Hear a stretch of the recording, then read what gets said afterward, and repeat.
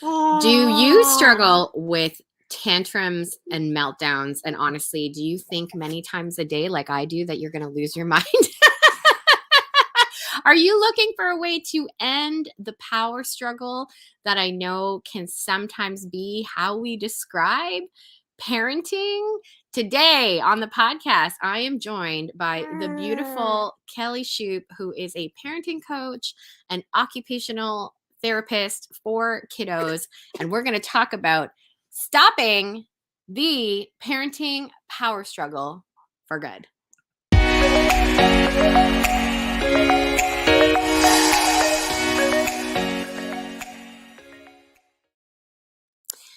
I'm here at a special time with my buddy Andrew. Say hey, Andrew, because last Friday, LOL, I knew I couldn't podcast at 12 p.m. Eastern like I normally do because my kids had a half day at school. So I knew I was going to be in the car line for school right at 12 p.m. And then I was like, I'm going to take a nap. And don't you know it, the nap went very long when I said I was going to podcast again. And so that is why we are coming on here at this time. But I think it actually works out even better because I was able to get this very special guest on. The other thing I want to share with you is that this week I am traveling to Houston, Texas for the Scent Ventures Summit. So I will likely be able to do the podcast live on Friday at my normal time, or maybe a little bit adjusted, like maybe like an hour later, but I will keep you posted for exactly that. And this week's podcast is definitely going to be a bit of a roundup. Oh no, my camera. Hold on one second.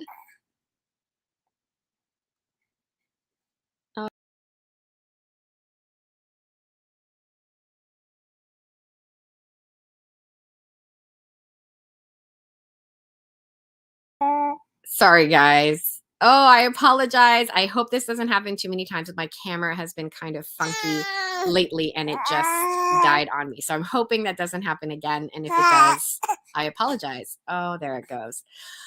Okay, well, we're going to just get right to my special guest then. For those of you who are listening on audio, you will be able to have no issues. But for those of you watching on video, my camera just is not having a good time today, but that's fine. So what I was saying is that I will be back on Friday live, hopefully with an operational webcam, and we'll be able to do this without fail, I hope, this Friday as well, live from Houston. I'll be able to show you around live from Houston if I can get my webcam to work. Alrighty. Today on the podcast, I have the amazing, amazing privilege to welcome Kelly Shoup. Kelly Shoup is a pediatric occupational therapist, which means that she helps people understand their job, not like a resume type job, but the job that they need to do as kids. And we are going to talk about all things related to power struggles and to meltdowns and tantrums, all the things. So welcome to the podcast, Kelly Shoup. How are you? I am great. Thank you. I'm so excited to be here. Thank you so much for having me. I wish my camera was working so that I could, you could see the enthusiasm on my face, but you know what a fan I am of you. So why don't you share with anyone who might be meeting you for the first time a little bit about who you are and how you got into the world of occupational therapy? So I'm Kelly, and I live in Dallas, Texas. I have been a lifelong Catholic, long-time pediatric occupational therapist. I have 3 teenagers and have had a lifelong love of kids. And so when I was in middle school, let me tell you this first, I'm the middle of 3 kids. So I have an older sister, have a younger brother who is 6 years younger. And so I took care of him. I mean, he was my baby, and I just love kids. And so when I was in middle school, I was a babysitter. When I was in middle school, I ran a preschool, ran around my neighborhood collecting kids that I could teach little activities and crafts and things like that to in the summer. So I did that in middle school, babysat middle school, high school, nannied in college for 11 different kids, 2 different big families. just really have always loved interacting with kids. And so when I was in college, I was studying business. And my junior year, I just took a left turn and told my parents, I want to do something that is more flexible time wise, that I can work part time. I knew, I wanted to have kids and have a family, and that would be my priority. So my parents were fantastic and said, finish up your business degree and then let's start occupational therapy school. So that's what I did and have loved it and just love what I do, helping parents understand what their child's behavior is telling them. And in the context with God and how God designed us, it's amazing how there is a right order to do things. And when parents can get in the flow of how God designed that whole order to look like with your small kids, parenting is easier for you. Parenting is fun. It's more engaging. It's more connecting. Your family is more cohesive. And so it's just really, I love it. Love it. I love that you love it, and it blesses so many people. Now, what is different about occupational therapy compared to, like, I don't know, child psychology or like parenting coaching? Like, just briefly, can you describe exactly what occupational therapy is? Yes. So the word occupation means job, but how I explain it is I've just had a lot of education and training in the human body and the behavior of the human body and how the human body develops. And so, with the young ages that are my primary area in this preschool age 3 to 8, although I do parent coach up to college, there are so many bodily changes happening to kids. Their sensory system, their interoceptive system, which is the internal signal system.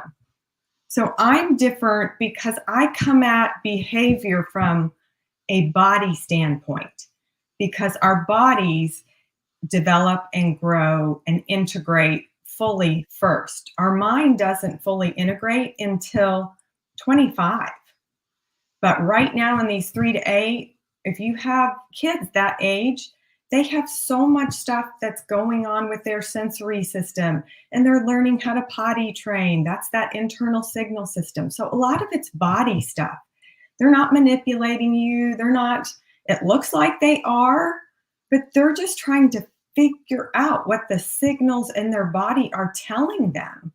And when I help parents understand, oh, they don't take it personally and help you understand what that behavior is telling you, it gets easier on everybody. And your kids feel like, okay, mom gets me. She knows. So that's what I do. I'm different, body first and then the mind. And again, this is exactly how God designed us. We're first body first. Infants, they communicate only with their body. They cry when they need to be fed. They stretch. They close their eyes. Will put their fingers on their eyes to tell you they're tired. So body is what I focus on first. I love it. Okay, I'm trying. For those of you who are on audio, I'm having some video issues, but I think I can fix it. In 3, 2, 1, I think. Hold on, wait. There's me, but now can I get rid of the other me? I don't know. Anyway, but maybe we'll just keep it like this so that I don't. Let me see. Hold on. Let's see if I remove.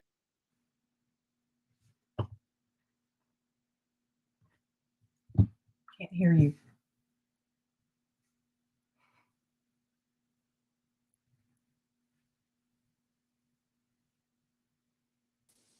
Hello. All right. Okay, now we have feedback. I think we're good though. Can you hear me? Yes. Yay! Okay, very good. For those of you who are listening to my podcast editor, I apologize. All the things, but it's so much more fun that I can see your face and you can see mine. Okay. So, meltdowns, power struggles, tantrums. I have got 9 kids, and I would say that I didn't really do anything to learn about parenting in the beginning. So, meaning my first few kids, it was kind of just like observing things around me, observing the way my mom did things, observing other moms who were in a similar stage in life. And then as I had more children, I realized that I was deficient in a lot of things. And so I started seeking just like online resources. I'm trying to think when was the first time I hired a parenting type of coach. And I don't think it was until sleep training. So I did not realize there was this whole professional world of people like yourself who are skilled in things like behavior. And so I just think we're in this unique time in history on the internet where there is so much access to people like you. And so when somebody is seeking help in their parenting, so whatever it is, a child won't listen, um, you have simple instructions that you say again and again, but they still aren't followed. And if you have specific questions for Kelly, I want to encourage you to put them in the chat wherever you are watching this. So where does somebody begin, Kelly, when they are looking at their life and they're looking at their small children and they might be thinking, oh my gosh, my child doesn't listen. I'm in constant power struggle. Where does a parent begin? With me? Or where does And, they usually begin by scrolling and Googling, and that can be just a lot of wasted time, because what I found is parents, they spend lots of time Googling, but they don't have a path after hours of Googling. They still don't have a path to follow, and they don't have any steps. So I'm the person who's worked with hundreds of kids, hundreds of families, experienced hundreds of different things. So I can pretty quickly help you understand what your child's communicating and give you a path and steps to take on that path. And also it's, we're gonna pull God into all of it and his grace. And so you're going to have a path that's unique to you as the parent and unique to your child as a unique child of God. And so you're going to have simple steps and a path and a way to have success so you can enjoy and engage and connect with your kids, because that's what we're here for. Love. It's all about love. You and I started working together a little bit earlier this year. And one of the things that you taught me about my children is to not take things personally.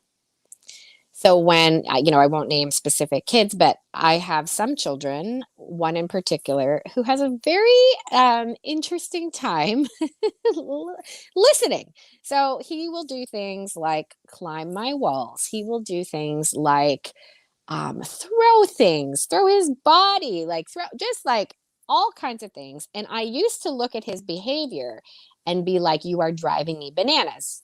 Now that still happens. I still feel like I'm going bananas. But what you have helped me realize is to not take it personally. So tell everyone who might have a similar kind of thing, um, what do you mean by this? When you say that our child's behavior is communicating something, what do you mean by that?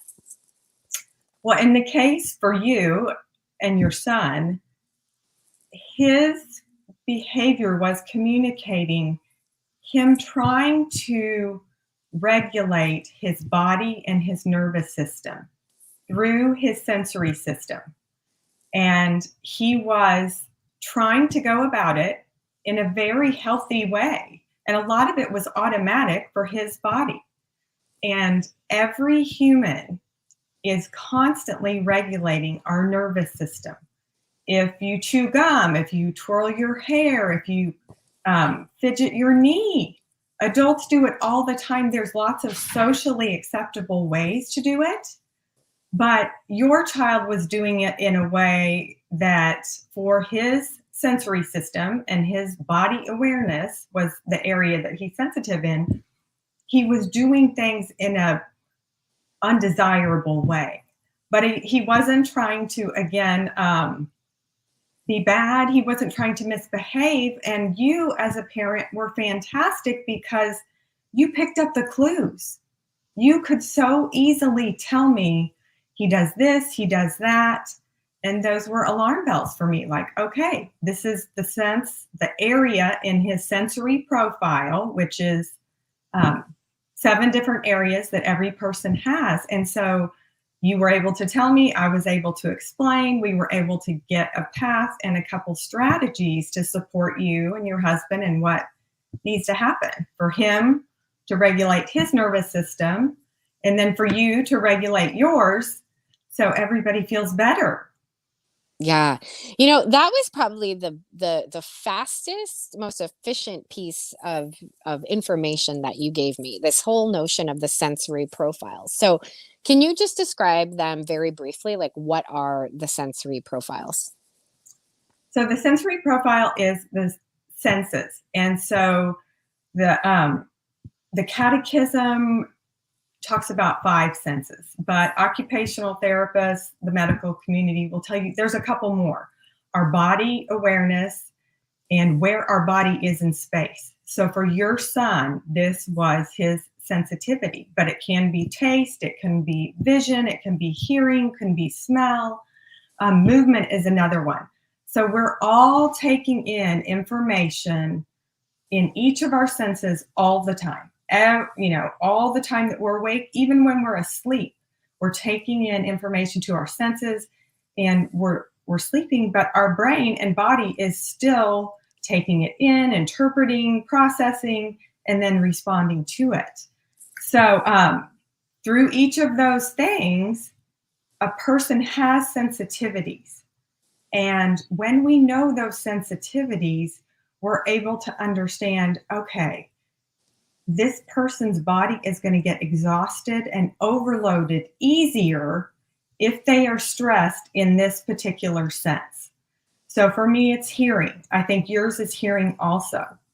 So if I go to a noisy event, I know it's going to stress me. I won't be able to stay too long. I can't filter out. If I go to a group dinner, I'm hearing all the conversations and the background noise and somebody's fork who's clanging on a plate. And so my brain starts to go, oh, and my body, like my heart rate will increase. I'll just start to get tired, but a little bit stressed.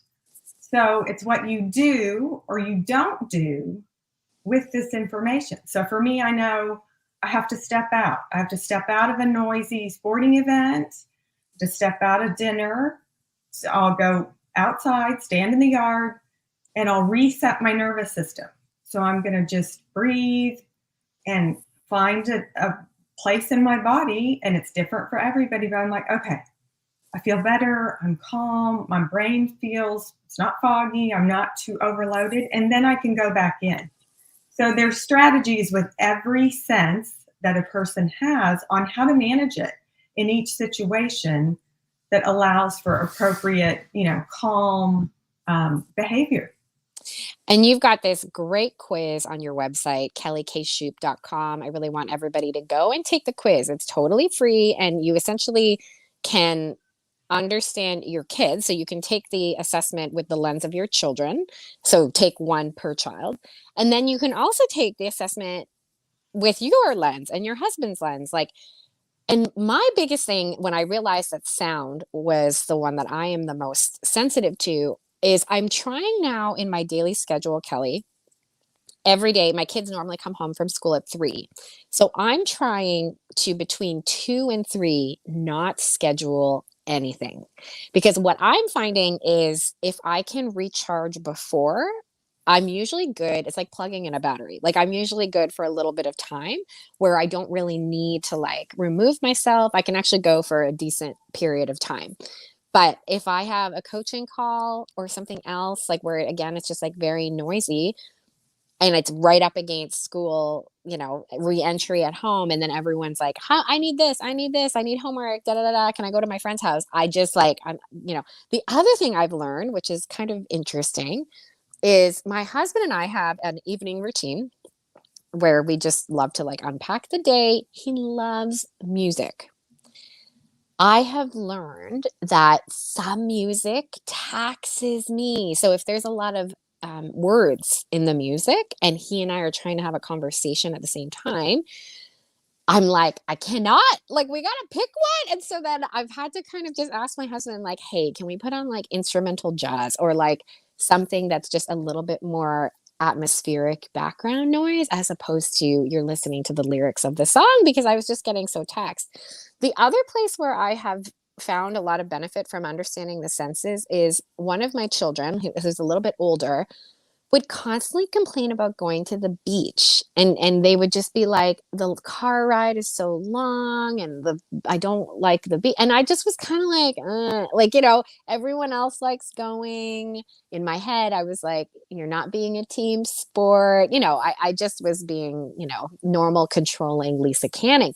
But then when I did the assessment with him in mind, I was like, "Oh my gosh, it's touch." So he the car ride is part of it, so he gets a bit, like, sick, I guess, and then the sand, he can't deal, like, he, like, just cannot. The all the little things on the beach are very, taxing to him. So that was really, really, really interesting.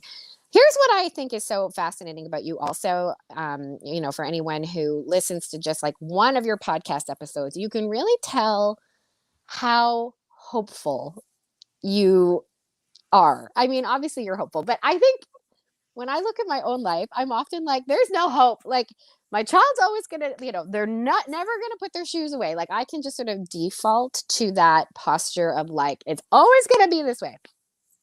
But you are like so hopeful and you always make me feel like it's going to be okay.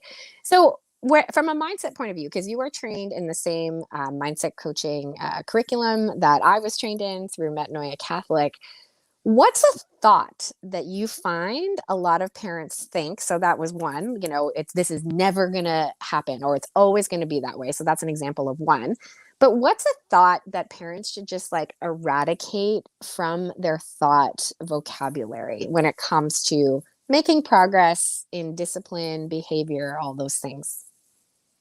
I think a lot of parents think I can't control them. I can't control my kids, and they feel bad. They feel guilty. One of the thoughts is, I'm a bad parent. I'm not doing this right. And you are doing it right. God made no mistake giving you your kids. And I always tell parents, this is a 20-year journey. And you'd be surprised the grace that God will give in those 20 years. And as you are growing your kids, God is also growing you.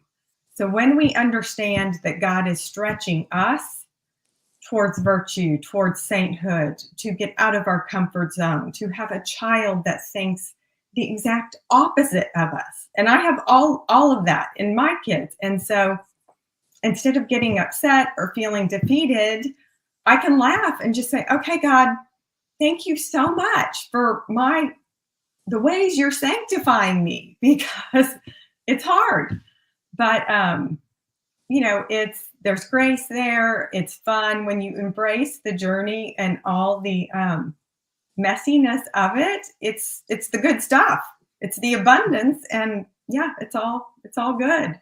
And parents do incredible. I'm blown away with every parent that I coach because they know what's going on with their children. They can easily tell me who does this and what's wrong with that. And so they have all the intel.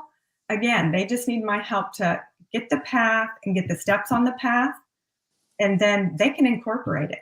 So it's great. I think that's one thing about parenting that is just interesting that I haven't really thought too much about, but until now, you get very little feedback as a parent. And typically it's negative feedback. So, maybe you and your spouse don't see eye to eye on how to do timeouts or whatever. And so there could be that kind of feedback. And then, of course, from your children, you're not always getting positive feedback. Like I mean, I don't know if this is a fair thing to say, but I'm curious if other parents would agree with me that there's, I think, more negative feedback, especially in the younger years, than there is positive. I'm not sure. I could be wrong about that. I'm trying to assess how many times do my kids say things like, I love you, mommy, this is so much fun, versus I don't want to do that. And it's, I don't know. I'd have to think about that a little bit more.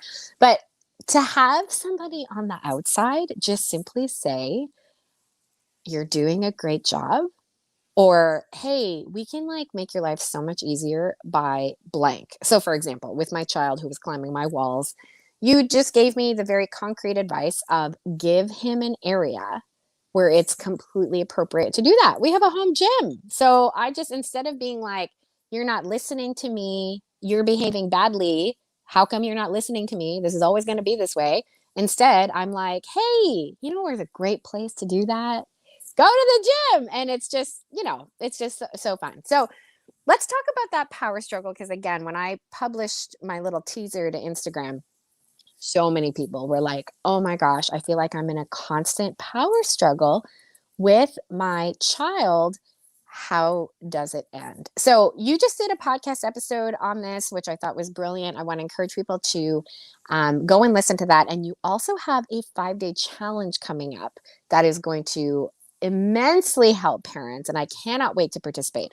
But before we get into that, what is just like one practical thing a parent can do, a busy mom at home who might be parenting so many kids like I am? What's just one practical thing to help parenting not feel like a power struggle?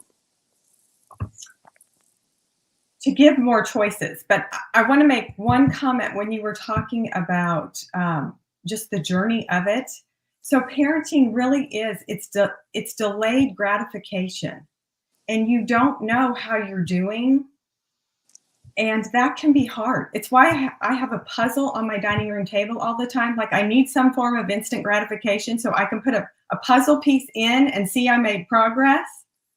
But with my kids, it's hard to see.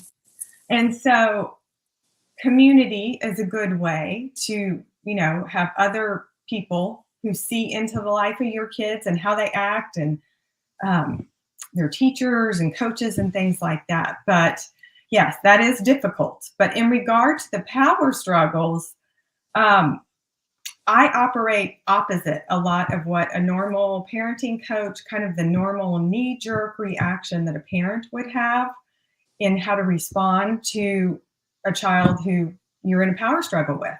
So most parents would want to put more control, punish, and kind of take away more and more things.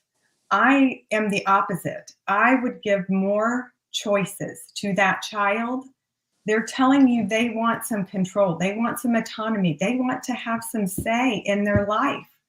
And even as young as 3 years old, that's fair. That's how God made us, to be autonomous and have a mind with reasoning and all of that. Now at 3, it's not going to function like it's going to at 30, but that's fair. So I would give that child lots of choices about things that I don't care about.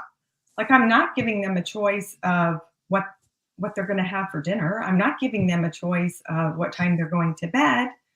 The choice is, do you want me to cut your broccoli, or do you want to eat it like a tree and not have it cut up? Or do you want to wear the red pajamas or the blue pajamas? But even these insignificant choices look like insignificant for us. They're huge for a young child. They're like, cool, I got to pick how I'm going to eat my broccoli, and I got to pick what color of jammies. So the child is thinking they're getting a win. And then when you go to ask them to go to bed, you don't get the power struggle because they've already had several choices. So you're kind of filling their, control, autonomy bank. So they're not going to give you as many power struggles. Yeah. When you said that on the podcast, it really struck me. And you mentioned it just a moment ago, but it was something to the effect of, like, can you imagine what it would feel like to live in a world where you have no options? Like where you're just always told like exactly where to go, exactly what to do. Like, and when you mentioned it in your podcast, I was like, oh my gosh, like that's my voice 70% of the day. I'm working on it. With your help, I'm working on it. But I think it's such an interesting thing, this growth and holiness. This is what my spiritual director says all the time. So I sometimes will blame my life, so to speak. I'm being playful, but on the fact that I'm very choleric in my temperament. So meaning, I love some control. I love to have things my way, and my spiritual director is always reminding me very gently, like this is habit. Like you grew up with a habit of liking and getting and needing control. But just like you developed that habit growing up, it doesn't mean you can't develop other habits. And it's just such a fascinating thing. I think all moms can relate to the sentence that parenting makes us holy, but the little minutia of it is of course like a inspirational statement that we can put on a mug, but those little minutiae, like letting my daughter Phoebe, who's 3, pick, like, are we going to go right or are we going to go left? Are we going to take the lake way or are we going to take the roadway? Like, just all those kinds of things require growth in virtue, especially when you're like me and love to have things a specific way. So it's just been so helpful because, again, else does a mom grow? Like, how else? Unless you're truly living in a community. Like, this is a part of motherhood that I think is just such a sad fact that we've lost a little bit, where we used to live in multi-generational, sometimes in the home, right? I grew up with my grandparents in the home. It's very typical for Filipinos to have, I had both my grandmothers, excuse me, in my home at one point. Anyway, but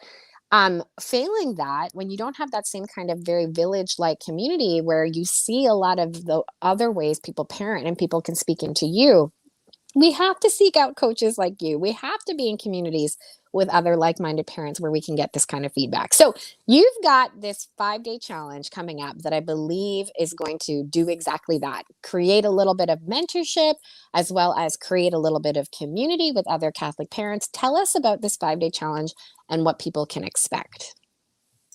So the 5-day challenge is I'm just going to be live at 11 a.m. Central Standard Time. And we're going to talk about meltdowns, power struggles. We're going to talk about discipline, carrots, and consequences is how I talk about it. So just kind of the basic things that come up again and again with all these parents that I help. And so I just want to provide some support and resources for parents and provide a place to have a community. Yes, I believe and am always, I love interacting with lots of different people. I speak a lot of times to different parent groups.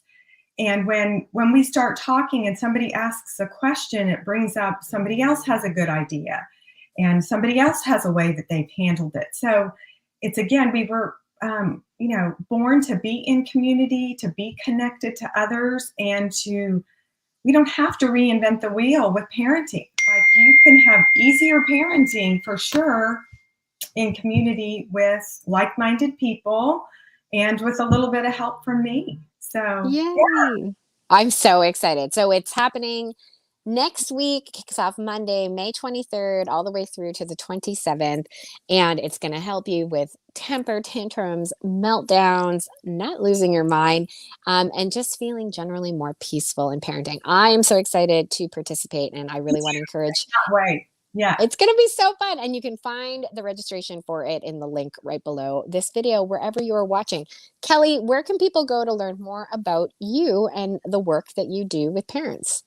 You can click the link tree from my Instagram, Kelly K. Shoup, and then also my website, www.kellykshoop.com. I love it. Kelly, thank you so much for making Thank time you. for us today. Bye. Bye.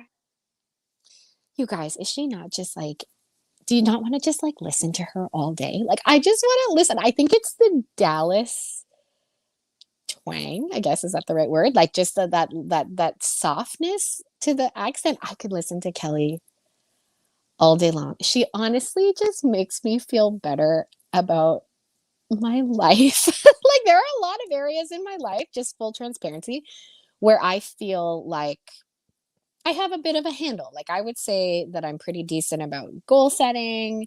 I'm pretty decent when it comes to some areas of home organization, home maintenance, that kind of a thing.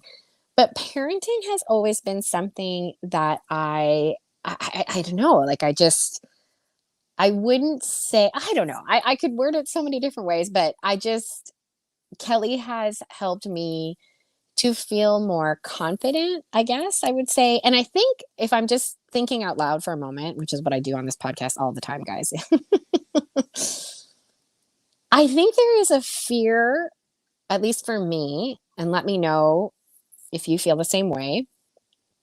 But I think there can be a natural tendency to feel like you're doing parenting wrong. And no parent, it kind of like brings up a lot of emotion when I talk about it. Like, no parent wants to do this wrong. And I think, especially for Catholics, there's the additional layer of we want to get our kids to heaven. Like, we want our kids to grow in virtue, to love the Catholic faith. We want our kids to become good people um, who love the church. And I just think that that is an interesting thing that we will always have to contend with, which I think is actually not a bad thing necessarily to hang on to. There's certainly an unhealthy way of fearing that you're failing your kids, of course. But I do think that there is a healthy curiosity and a healthy relenting of self-reliance. And I think that self-reliance can become, you've heard me here talk about this on the podcast a lot about self-reliance when it comes to business. But I think self-reliance when it comes to parenting is no different, where we need to rely on grace. We need to rely on the Holy Spirit as the true change agent. But of course, we can rely on people, mothers, other people who have experienced more than us and can guide us on the journey. I think I would, if I could,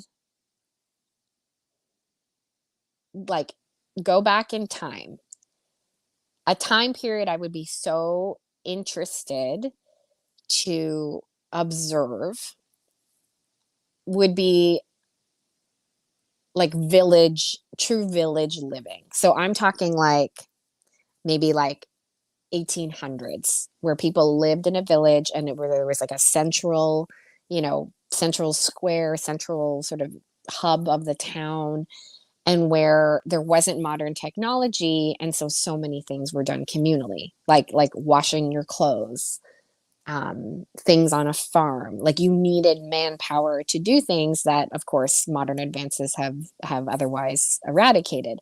And I just would love to see how we mothered back then, how we shared things with each other, how we weren't afraid of being judged. Like, I'm really curious if moms back then dealt with feelings of inadequacy as much as I observe today. I don't know. I'm curious.